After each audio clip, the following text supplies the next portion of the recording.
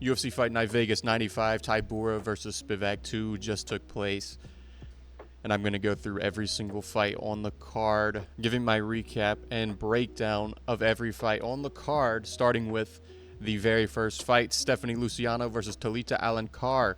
I did pretty good on picks, by the way. I went 8-2. The only two fights I got wrong were the co-main and main event. So that was awesome. I was, 8-0, and then I finished off with two misses, but whatever. Stephanie Luciano just outstruck Talita Alencar. Kind of saw this coming. Talita Alencar is just shit if she can't take you down. Stephanie Luciano landed a flying knee in round 1, I believe, or round 2. I can't fucking remember. But yeah, she outstruck Talita Alencar and got it done. Next up, Yusuf Zalal versus Jarno Aarons. I picked Yusuf Zalal, and he choked out Jarno Aarons. I believe he got his back standing and choked him out in round 1. Yeah, good win from Yusuf Zalal. He was a big favorite for a reason. I don't know why they cut him to begin with in his first UFC run, but he's back now, and he's got 2 pretty impressive submission wins, back-to-back subs for Yusuf Zalal. And yeah, good win from him. Moving on, Jonata Diniz versus Carl Williams. I picked Jonata Diniz because Carl Williams is a fucking retard, dude. He doesn't shoot takedowns until he's like about to go unconscious, bro. Like, this guy can wrestle. He can wrestle. He proved it in round 3. But like, he doesn't attempt any real takedowns until he's like wobbled and hurt. Very bizarre, but I picked Diniz, and he outstruck Carl Williams in rounds 1 and 2. Landed the much bigger shots, a lot of power in his hands, and he's pretty quick with his hands for a guy of his size. He's pretty chunky, you know. He's not blob status, but he's a little hefty, you know. But he's pretty quick with his hands. And Carl Williams, he's just awful fight IQ, man. It finally caught up to him. Had the same problem against Justin Tafa, but in this fight, it actually backfired on him. That's why you actually shoot takedowns as a wrestler. You don't wait until you're rocked to shoot a takedown. But when he got Diniz to the ground, he was able to hold him there and do damage. But he just didn't shoot enough takedowns. He needs to shoot more takedowns, fight with a little more urgency, and he could actually be decent, I guess. But yeah, good win from Diniz. Picked him as an underdog and got that one right. Carl Rosa versus Pannie Kianzad. This fight, whoa, I didn't know the numbers were that close. I mean, I thought Carl Rosa was like she was beating the dog shit out of Pannie Kianzad, but I was kind of half watching. I'm going to be completely honest with you. Wow, okay. I didn't know the numbers were that close, but I'm pretty sure Carol Rosa won, like, clearly. Maybe I'm wrong, but I picked Carol Rosa. Don't really care, to be completely honest. Toshiomi Kazama versus Hara Lampos Gregorio. I picked the big underdog, actually. He was a plus 200 on ESPN Plus on the stream, and he got it done. He held Gregorio down pretty much all of round 1. And then in early round 2, Gregorio comes out swinging, and he rocks Kazama bad, drops him, lands a lot of ground and pound shots. Honestly, could have stopped the fight, but good on Herzog, he didn't stop it.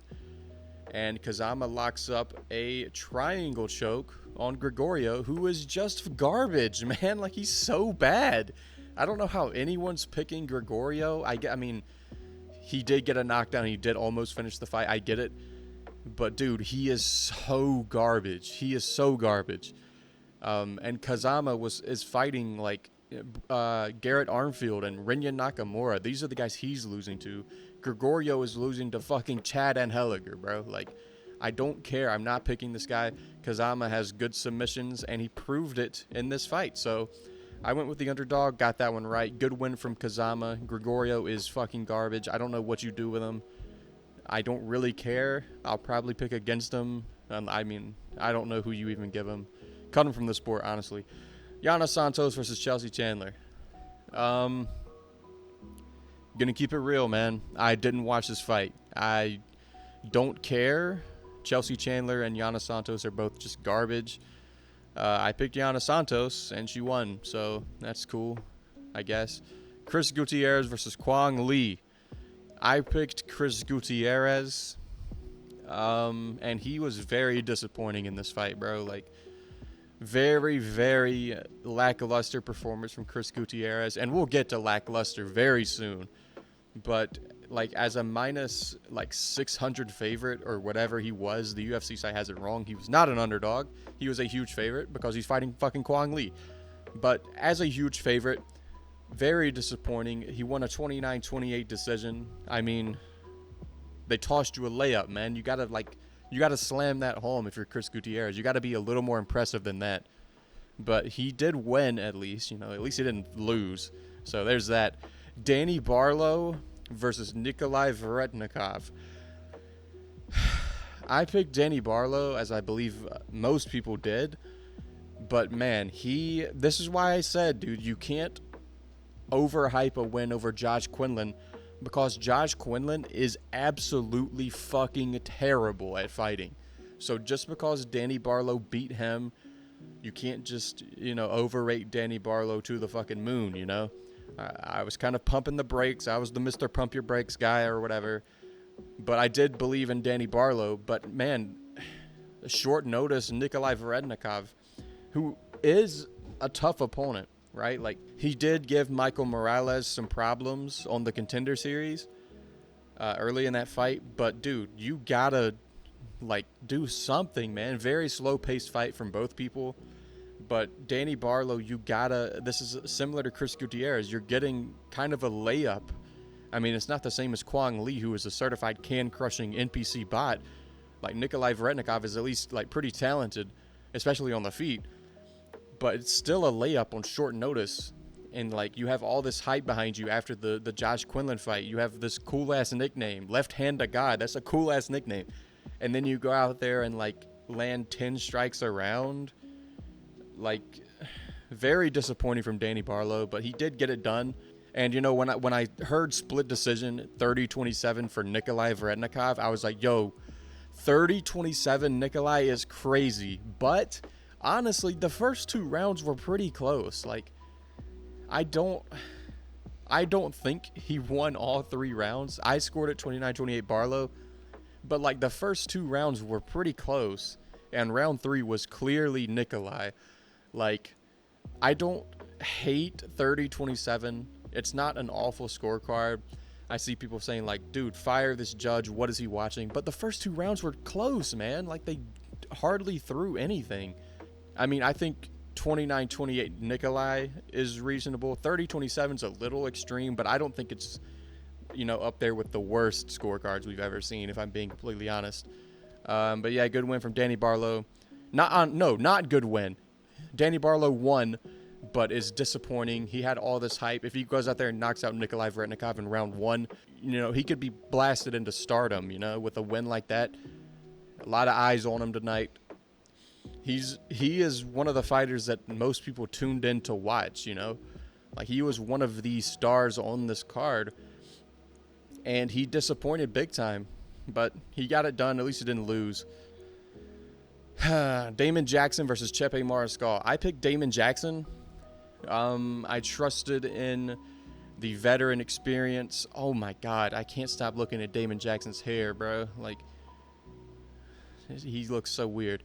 But I trusted in the veteran experience of Damon Jackson, and that didn't fucking work. Clearly, if I knew Chepe Mariscal, I made my predictions before the weigh-ins. If I knew Chepe Mariscal was going to miss weight, I would have picked him.